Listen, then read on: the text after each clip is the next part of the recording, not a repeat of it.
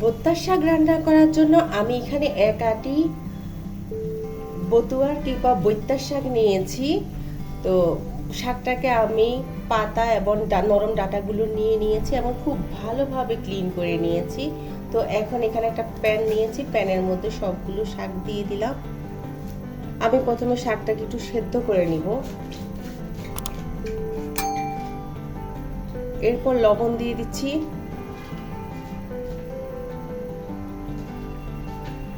লবণটা আপনারা বুঝে দিবেন, কারণ এই শাকটা আসলে কমে যায়, প্রথমে দেখতে মনে অনেক বেশি, আসলে কিন্তু পরে কমে যায়।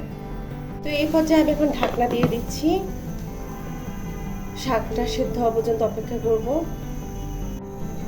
তো দেখুন শাকটা ধুয়ে পড়েছে, এখন আমি শাকটা একটু নেড়ে চেড়ে দিচ্ছি।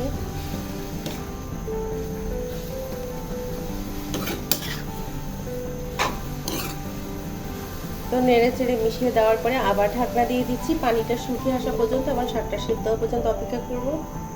তো 2-3 মিনিট পরে আমি এখন ঢাকনাটা তুলে নিচ্ছি, আমার শাকটা সেদ্ধ হয়ে গিয়েছে। আসলে এই শাকটা সেদ্ধ হতে বেশিক্ষণ লাগে না। তো পানিটা অনেকটা শুকিয়ে গিয়েছে, আমি মাঝখানটা ফাঁকা করে বাকি পানিগুলো শুকিয়ে নিচ্ছি। তো দেখুন শাকের সম্পূর্ণ পানি শুকিয়ে গিয়েছে। এই পর্যায়ে আমি এখানে 2 টেবিল চামচের মতো সরিষার তেল দিয়ে দিয়েছি। আর এখানে একটা পেঁয়াজ কুচি, 4-5 কোষ রসুন কুচি, 2টা কাঁচামরিচকে কুচি করে দিয়ে দিলাম। 2টো শুকনো মরিচও দিয়ে দিলাম। এগুলো মাঝখানে রেখে প্রথমে আমি একটু ভেজে নিব, তারপর সবগুলো শাকের সাথে মিশিয়ে নিব। খুবই সহজ পদ্ধতিতে শাক রান্না, এই পদ্ধতিতে আপনারা যেই কোনো ধরনের শাক রান্না করতে পারেন। লাল মরিচের ডাঁটাটা ফেলে দিলাম, একটু ভাজা ভাজা হলে আমি শাকের সাথে মিশিয়ে দিব। তো দেখুন পেঁয়াজ,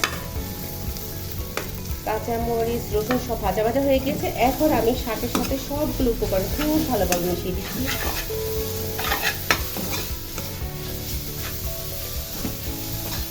ভীষণ মজার এই বৈত্যার শাক কিংবা বটুয়ার শাক, যে নামে ডাক্তার কেন, খেতে কিন্তু অনেক মজা।